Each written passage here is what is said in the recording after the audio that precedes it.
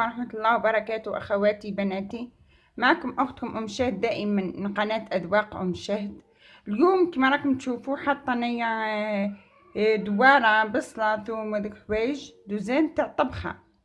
أنا راح ندير معاكم بربوشة بالكرشة، ما تستغربوهاش لأنها في رمضان، لأنها راني راح نديرها مجبورة. كاين طلب قالوا لي ديري بربوشة بالكرشة، راح ندير بربوشة بالكرشة. المهم واش نحتاجو هكا كرشه مغسوله منقيه. انا بشرط برشتها راكم تشوفوا في اماكن برش تتبرش الكرشه. عندي مصارن، عندي هذا كيف يقولوا له، هذا ما على باليش كيفاه، بوكماش ولا ماش يقولوا له. المهم وعندي هنا بصله وثوم رابيتهم كالعاده، عندي زيت، عندي ملح، عندي فلفل الكحل. الزيت ما نحتاجش كميه بزاف ولا مغرفة ولا فقط، لانه الكرشه تاعي راهي مشحمه ولا حتى انني نستغني عليها ما نديرهاش. وراكم نشوفوا مع بعضنا.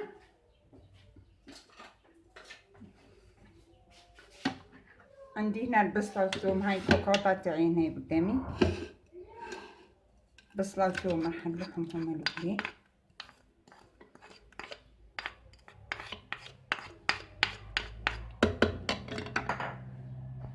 كما شفتوا انا لحت دبوات تاع بصله وثوم، راح نزيد هذوك الكرشه ديك عليهم ملح وفلفل الكحل، وراح نديها تتقلى، نقليها مليح، ومن بعد ذاك راح نمرقها بالماء غالي. انا اللي حطيت الماء يغلي هكذا. هي يعني صح بربوشه بالكرشه راهي مليحه بزاف. خلاص هكا فلفل الكحل، دير ملعقه صغيره فلفل الكحل، كيفها ملح. الملح يبقى دائما في يدينا، ما نلوحوش بزاف من نهار الاول ومن بعد تجي مالحه ما نلقاوش كيفاه نعدلوها. مع انهم يقولوا لوحوا البطاطا لوحوا البصله لوحوا، لكن انا تجيني حاجه ما كانش منها. هذه انا راح نديها نقليها نرجع لكم. هاي اخواتي انايا الكرشه تاعي ديك تقلات مع الدبوبات، دوك راح نمرقها بماء غالي.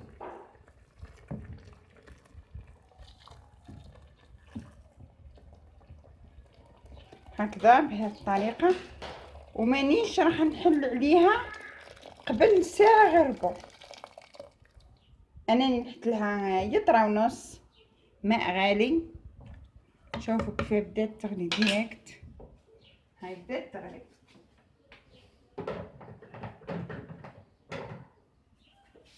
هكذا راح نغطي عليها، نقفل عليها الكوكوطه، نسير عليها وراح نقسمها النار ونخليها ما نحلش عليها قبل ساعه غير ربع ولا حتى ساعه.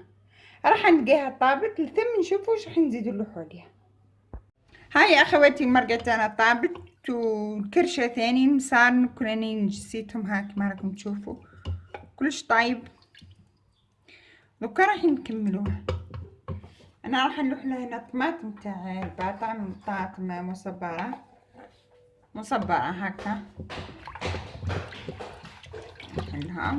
نحلها ونشوف لونها، نزيد لها شويه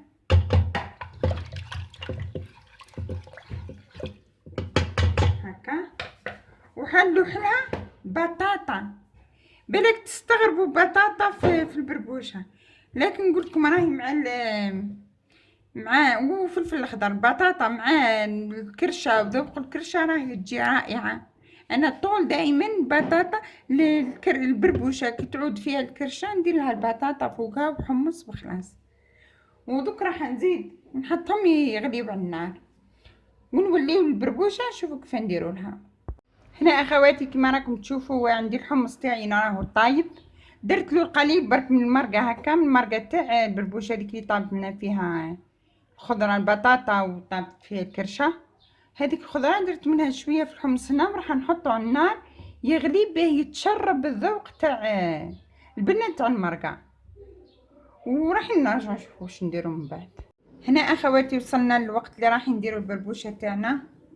عندي نعمر بنعمر هنا كسكسي متوسط، عندي بورتمونجي تاعي فيه ندير بربوشه، وهنا نسحقوا كاس نقيسوا به الملح والزيت. انا الكسكسي تاعي ربما درتهولكم من قبل بالطريقه، واليوم نفس الطريقه راح نزيد فيها لمسه برك صغيره باش تحافظوا الكسكسي تاعكم ولو يصبح لكم مش راح يخسر ولا راح يفسد.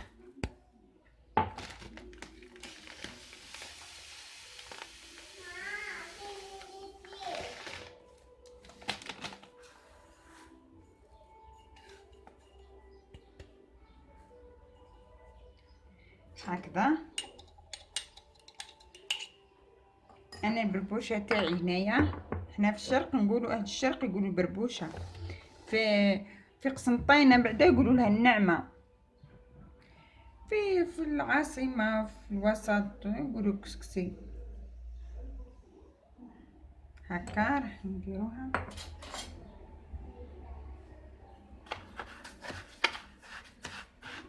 لكن صيفيه وجيت ام البواقي عين مليله كل يقول بربوشه.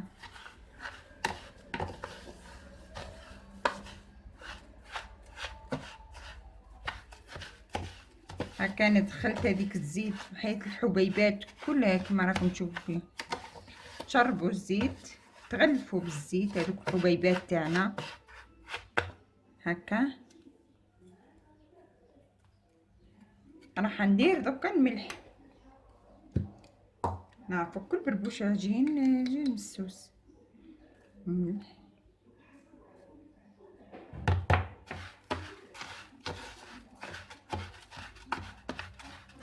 وعندي ماء سخون راح ندير كيلة بربوشه كيلة ماء سخون كيما نعدتها لكم في وصفه اخرى، الا انني راح نغير فيها تغيير بسيط لمسه شويه جديده.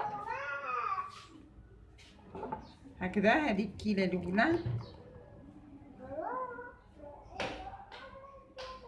تاع ماء ساخن، وهذه الثانيه. وانني ناكد البربوشه تعمر بالعمر متوسط، حجم متوسط. راني ناكد عليها ونعاود لانه انا البربوشات البرابش الاخرين ما جربتهمش، باه نقول لك ديري واحده اخرى وتفسد لك، لا هكا راح نغطي عليها ونخليها مده ربع ساعه. هكا انا غطيت عليها بورتمونجي وخليتها مده ربع ساعه تتشرب الماء هذاك تاعها، ونرجعوا بعد ربع ساعه نشوفوا واش نديروا لها. هاي اخواتي البربوشه تاعنا، شوفوا كيفاه ضعف حجمها. هو البربوشه راهي كاس يعودوا 3 كيسان تجريب هذه، يعني ديروا بلاط راح يعودوا 3 بلاطات. راح انا نقلبها هنا في القصعه تاعي هكا ونحلها من بعضها. هي بطبيعه الحال تجيك سهله خلاص الحلان، خطراه درنا لها الزيت غير انها شوي سخونه برك، درنا لها ثاني الماء غالي هكا.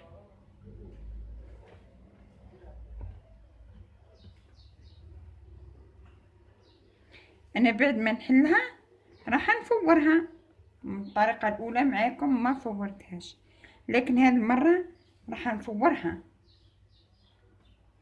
الوفار انا بالكم باللي يزيد العجائن يديرهم يصحاحوا يعودوا قويهم يعودوا ما يتحلوش في المرقه ولا.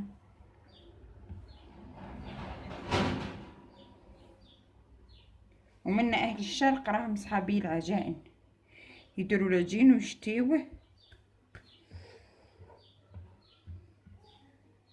كون تشوفوا يعني السيدات منا في الشرق كي يحطوا القناطر تاع السميد ويقعدوا يفتلوهم، ولا الشخشوخه كي يعجنوا ويطيبوا ويفتوا هذاك تقولوا ما شاء الله، والا التريده والا الرشته والا هالحوايج كل السيده جزائريه من الشرق صحابي الشرق ديرهم في الدار. عجائن هذا كل لا بغات تشري سباغيتا لا مقارونه ولا تليتلي باقي كل ديرو في دارها. هكا انا دوكا راح نديرها في كسكاس ونردها تفور.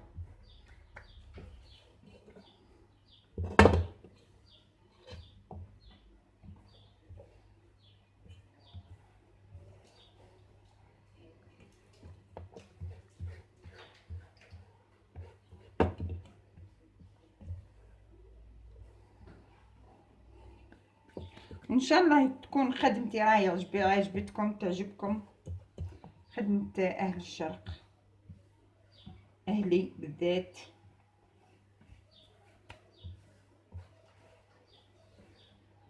واهل عين مليلة خاصة. دوك انا حنديها تفور ونرجع نشوفوها، نرجع نشوفو الطبق الاخر النهائي شكله نهائيا. هاي اخواتي هنا خلصنا البربوشه تاعنا، فارت لي انا نحيتها. دوك في هذه المرحله واش حندير؟ انا حنجيب كميه تاع زبده هذه غاويه كما نعدتها لكم من قبل. هنا هذه زبده تاع بقرات نشريوها ونملحوها ونديروها هكا في بلارات هكا ونقفلوا عليها ونخليوها يدور عليها الصيف ولا المهم هي تغوى بفضل الحمان، بفضل الحمان تغوى مدة هك معينة ندير فيها ريحة مميزة، طعم مميز. هنا أهل الشرق هم يعرفوها مليح، دهان حار نقولوا، مع انه كاينين دوكا بدا عادو يديروا بالزبدة الأخرى، بالزبدة تاع الباكيات عادو نحيو، احنا نقولوا نحيو لها الوفار هك بالدهان حار، بربوشة ولا شخشوخة. وهو ذوق رائع، وراح في بحث نهارات بحث فيديوهات كش فيديوهات نديرهم لكم باذن الله. لكن انا دركا ولفت هذا الطعم ملي كنت في دار بابا مع ما الله يرحمها ديرها، ولفتو دوك ما ليش تاني في داري ناكلو، وعودت ولادي تاني بالطعم هذا ياكلوه. وهو صحي بكري يديروه دواء للسعلة هكا في الشتا تاع الصدرة ولا يديروه دواء. هذا الدهان يداويو بيه هكا.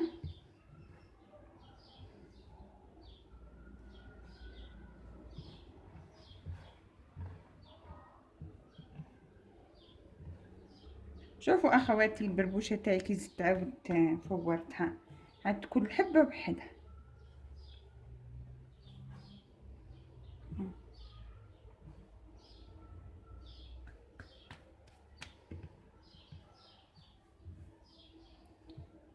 هكا راح نديروها في الصحن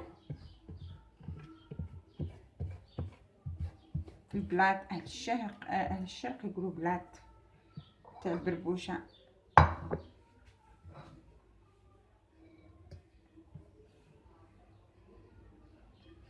لكن حنا في رمضان راهم كاينين عده دي بلا في السنين ما نديرش ما نسقيلهمش بزاف، شويه نحيو سخفتها وخلاص. لبالكم في الزبدة ونسقيها كل ما ياكلوهاش. انا حنكتفي بهذه الكميه نسقيها لهم. دوك نشوفوا كيف نسقيوها ونقدموها. هكذا اخواتي لحقنا لنهايه الطبخه تاعنا. هاي ديك البربوشه تاعنا هنايا نقدموها مع الكرشه بطبيعه الحال هكذا، نديروها في صحن وحدها هكذا. واذا عجبتكم هذه الوصفه اخواتي جربوها.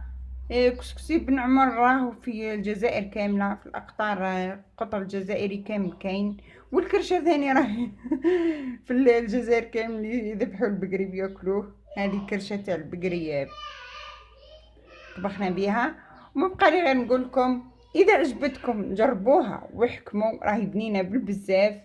وما تنسونيش باعجاباتكم، اشتراكاتكم في قناتي، واي استفسار والا طلب راني اشارتكم وعند تحت امركم. اطلبوا وانا نلبيكم، راح نلبيكم اذا كان في ما نعرفه ولا في مقدوري، واكيد راح نبحث عليه ونديره لكم، نسقسي عليه ونديره لكم. وما بقى لي غير نقول لكم صحه فطوركم، والسلام عليكم ورحمه الله وبركاته، والى لقاء قادم ان شاء الله في فيديو اخر.